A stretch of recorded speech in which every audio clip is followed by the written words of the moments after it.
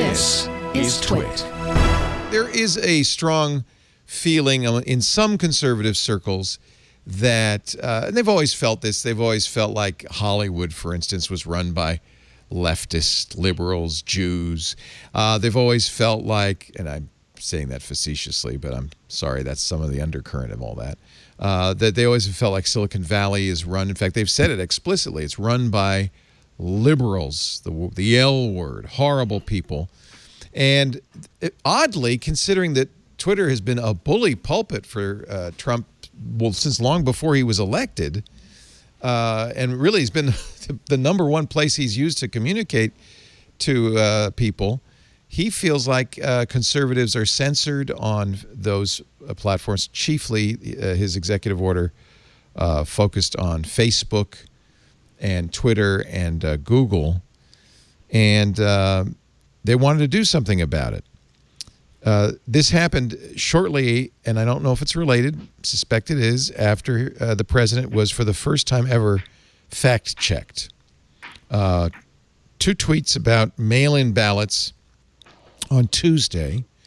According to protocol, the direction from on high was do something. And the something they decided to do, an executive order that was signed on Thursday with the Attorney General, William Barr, standing next to the president. I'm going to go to you, Denise, because you're the lawyer. It seems to me has no legal basis whatsoever. Yeah, and the reaction of clamping down on Section 230 not only has no legal basis, but it doesn't really relate to what Twitter did to the president, right?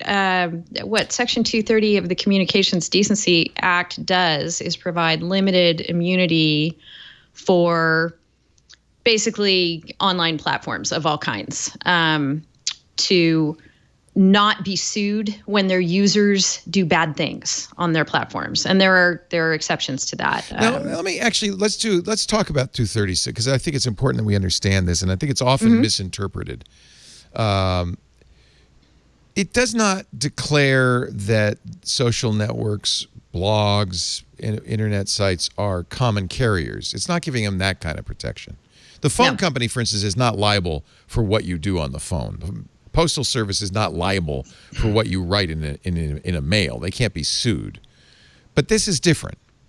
This is different. And it was, if you go way back in time to when it was enacted in the 90s, there was a whole lot of hand-wringing about, gee, this internet that we've created in the mid-90s that people are starting to use is great for so many things, but it's also just a cesspool. And we're really worried about all the pornography and awful things. And it's Section 230 of the Communications Decency Act.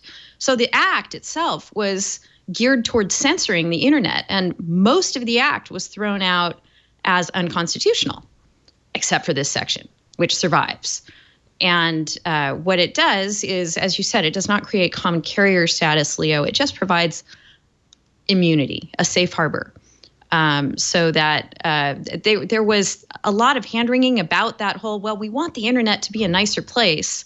So part of the goal of Section 230 and part of how it's been interpreted by the courts over all that time that's gone by since it was enacted is to allow websites to actually take steps to make their platforms less toxic and not to penalize them for that. So it's not that you're penalized for what goes on your website. It's not that you're not going to be penalized for that. It's going to make it so that you don't get penalized for controlling it.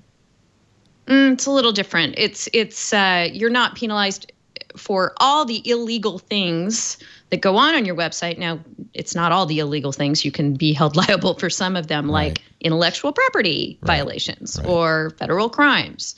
And recently, FOSTA carved out an exception to the Communications Decency Act provision we're talking about here, where, various sex trafficking activity was supposed to be not only the responsibility of the people using the sites to spread that information, but also of the sites themselves for being the distribution platform.